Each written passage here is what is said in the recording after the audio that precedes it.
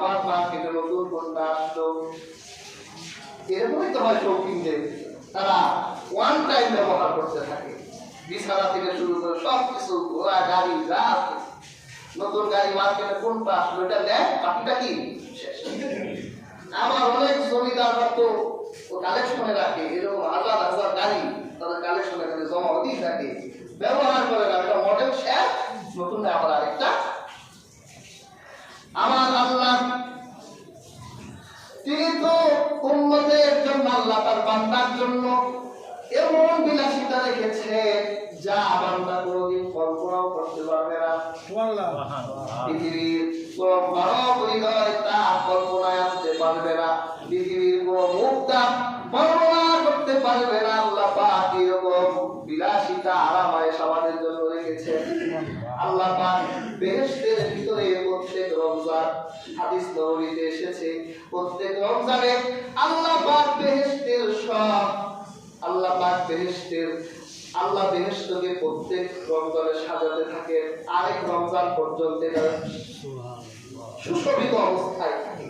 এরপর যখন আবার রমজান আসে আল্লাহ পুনরায় আবার সাজাতে থাকে। এইভাবে রমজানে আল্লাহ প্রত্যেক রমজানে আল্লাহ বেহেশতকে এইভাবে নতুন নতুন করে সাজাতে থাকে। সুবহানাল্লাহ। স্বয়ং জান্নাত আমার আল্লাহকে ডেকে বলে, হে আল্লাহ তোমার বান্দাদের জন্য অপেক্ষায় আছি। এমনকি একটা দুর্বল রিওয়ায়াতে এসেছে জান্নাতের হুরবালারা আমার আল্লাহকে প্রত্যেক রমজানে ডেকে ডেকে বলে, হে আল্লাহ তোমার রোজাদার বান্দাদের জন্য আমরা অপেক্ষায় আছি, কবে তাদেরকে আমাদের স্বামী বানাই দিবে। সুবহানাল্লাহ। তাহলে আল্লাহর কাছে রমজান মাসের গুরুত্ব আছে, আমাদের কাছে সবার কাছে তো নাই রমজানের গুরুত্ব। এই রমজান আমাদের কাছে গনিমত মনে হয়, সবার কাছে হয় না। হাদিসে নববীতে এসেছে দুই ব্যক্তি একসাথে ইসলাম গ্রহণ করল। দেখেন রমজান মাসের গুরুত্ব রাসূলে পাক কি করেছেন, আল্লাহর হাবিবের কাছে রমজানের প্রস্তুতি কেমন ছিল। দুই ব্যক্তি একসাথে ইসলাম গ্রহণ করল, একজন শহীদ হয়ে গেল, শহীদরা জান্নাতে যাবে। আল্লাহ শহীদদের জন্য জান্নাতের উচ্চ স্তর রেখেছেন, স্পেশাল মর্যাদা রেখেছে। তাদের একজন শহীদ হয়ে গেল, আরেকজন রয়ে গেল। 1 বছর পর স্বাভাবিকভাবে এই ব্যক্তি ইন্তেকাল করলো। একজন 1 বছর আগে শহীদ হলো, আরেকজন ইন্তেকাল করলো, স্বাভাবিক। আল্লাহর হাবিব বলেন, সেই শহীদের আগে যে 1 বছর পর শহীদ যে 1 বছর পরে ইন্তেকাল করলো, আল্লাহর হাবিব সাল্লাল্লাহু আলাইহি ওয়াসাল্লাম বলেন, সেই ব্যক্তি তার আগেই বেহেশতে প্রবেশ করলো। অথচ মর্যাদার দিক থেকে শহীদ অনেক আগাম, ঠিক না? প্রথম কাতারটা পূর্ণ করে বসি আমরা। হাসিরি আজকে মানুষ কম, খুবই কম, নাকি আমার নির্বাচনের আমেজ বাক্সে সম্ভবত নাই। শুধু ধরার কথা ছিল, আমরা দোয়া করি আল্লাহ পাক জাতীয়তাবাদী দলকে 5 বছর সুন্দরভাবে রাখুন, ইসলাম ও মুসলমানদের মধ্যে রাখুন। আমিন আমিন বলে দোয়া চেয়েছে, দোয়া করে দিলাম। ওই আমেজ সম্ভবত গায়ে লাগছে, এই জন্য মানুষ খুবই হাজিরি। ওই আমেজ তো গায়ে লাগছে, সফলতা আসবে না, রমজানের আমেজ লাগবে। স্বাভাবিকভাবে একটা শহীদ হবে, তার বেহেশতে যাওয়ার কথা মর্যাদাগত দিক থেকে আগেই এটা আমরা জানি। কিন্তু এই যে স্বাভাবিকভাবে 1 বছর পর মারা গেল, সে আগে বেহেশতে গেল কেন? সাহাবীরা অবাক হয়ে গেল। আল্লাহর হাবিব বলেন, আলাইসা কদ মাকাসা হাযা বা'দাহু সানা, তাদেরকে বলল, এই ব্যক্তিটি আগে মারা যাওয়া ব্যক্তির থেকে 1 বছর বেশি বাঁচে নাই। সাহাবীরা বলল, হ্যাঁ 1 বছর বেশি বেঁচেছে। আল্লাহর হাবিব বলল, ওয়া আদরাকা রমাদানা সে কি একটা রমজান তার থেকে বেশি পায় নাই? সে কি তার থেকে বেশি নামাজ পড়েনি? সে কি তার থেকে বেশি সেজদা দেয়নি? সে তার থেকে 1 বছরে একটা রমজান বেশি পেয়েছে, সে নামাজ বেশি পড়েছে, সে সেজদা বেশি দিয়েছে, এজন্য সে আগে বেহেশতে পৌঁছেছে। সুবহানাল্লাহ। তাহলে একটা রমজান মুসলমানের জন্য গনিমতের। আর আমরা রমজান কিভাবে হেলায় হেলায় ছেড়ে দিই। রমজান আসলে 4 শ্রেণীর মানুষ দেখা যায়। একটা আমলমুখী, রমজানকে পায়, খুশি হয়, আমলে ব্যস্ত থাকে। রমজানের আমলের দামও আছে। একটা ভালো কাজ 70টা কাজের সমান। সুবহানাল্লাহ। একটা টাকা কয়েন 70টা কয়েনের সমান।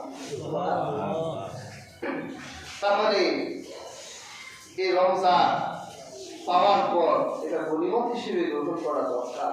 হাদিস শরীফে এসেছে যে রমজান পেল কিন্তু গনিমত হিসেবে গ্রহণ করলো না, হযরত জিবরীল তাকে ধ্বংসের বদয়া করেছে।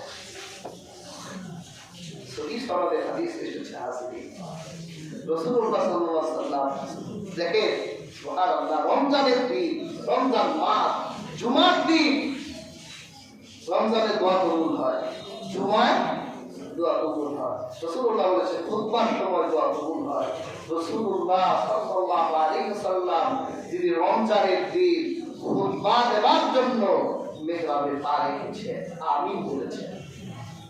দ্বিতীয় মিহরাবে পা দিলেন, আমিন বললেন। তৃতীয় মিহরাবে রাসূলুল্লাহ আমিন বললেন। তার মিম্বারের 3টা ধাপ ছিল। সাহাবায়ে কেরাম বললেন, ইয়া রাসূলুল্লাহ, আপনি এইভাবে আমিন তো বলেন না। আজকে হঠাৎ আপনার কাছ থেকে আমিনের শব্দ শোনা গেল। আল্লাহর হাবিব বললেন, রাহমাতুল লিল আলামিন সাল্লাল্লাহু আলাইহি ওয়াসাল্লাম বললেন, হযরত জিবরীল এসেছিল। হযরত জিবরীল বদদোয়া করেছে আর আমি আমিন বলেছি। জিবরীল কি বদদোয়া করলো? আল্লাহর হাবিব বলে, যখন প্রথম সিঁড়িতে পা দিলাম তখন জিবরীল বলল, যে ব্যক্তি রমজান পেল নিজের গুনাহ মাফ করাতে পারলো না, সে ধ্বংস হয়ে যাক। আমি আমিন বললাম। যে রমজান পেল, গুনাহ মাফ করাতে পারলো না, সে ধ্বংস হলো। রাসূল বলল, আমিন বললাম, সে ধ্বংস হয়ে যাক। চিন্তা করতে,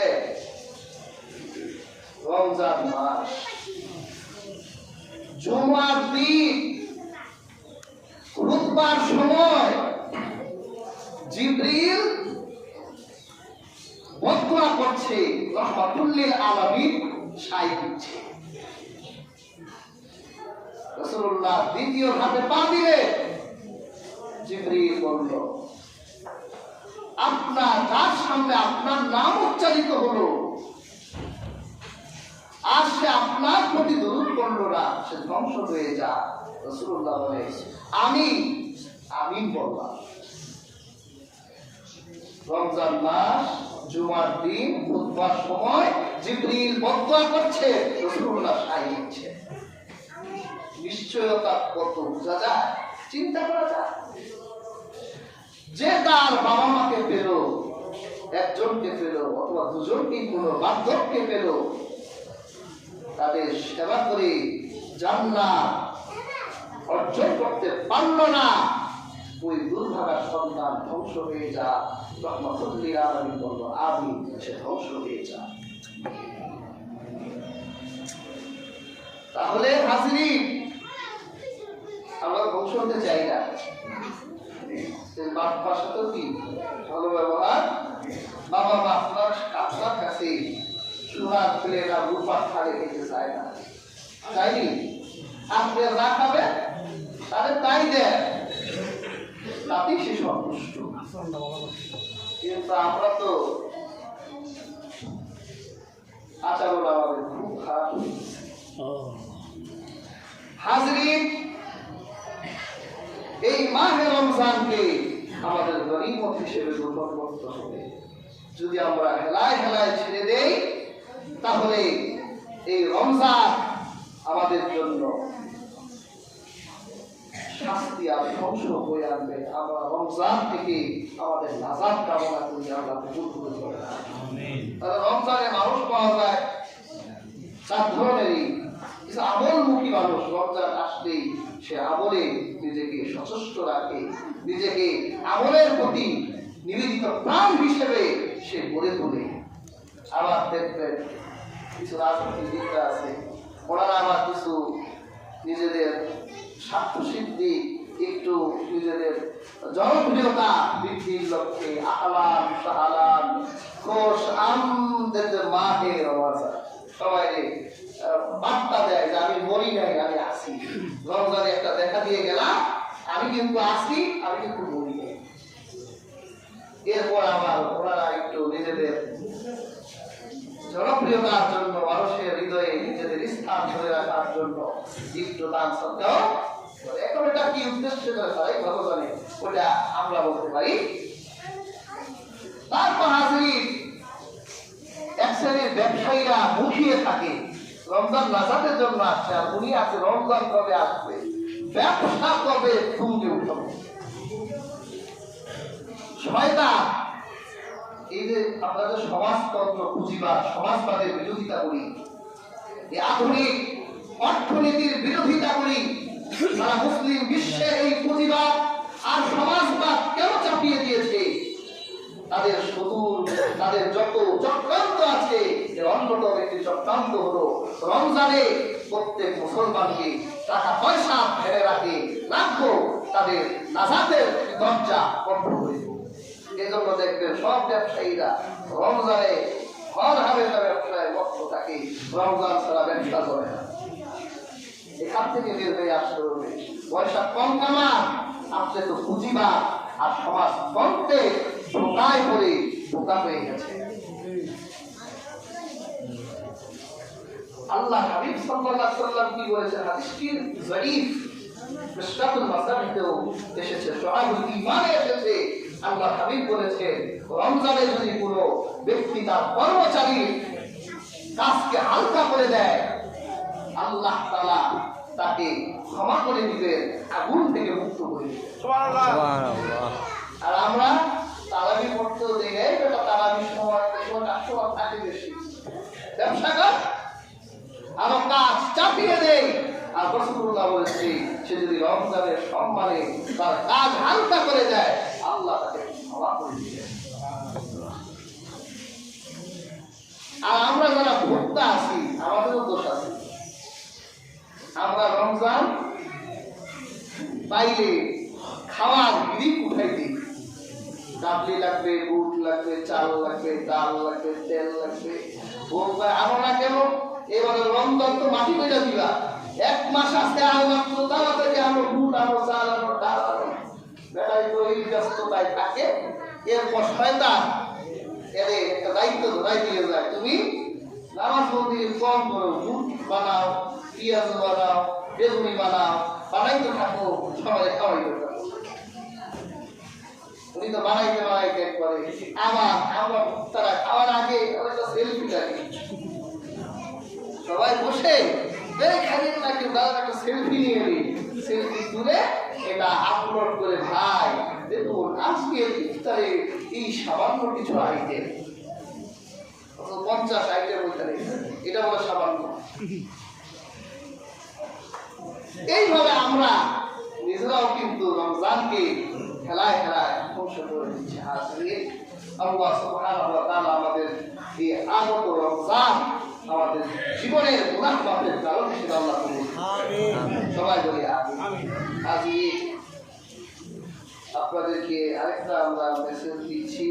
আমাদের গত 2 সপ্তাহ আগে এই বর্ষা নষ্ট হয়ে গিয়েছিল, প্রায় 8,000 টাকার মতো খরচ হয়েছে।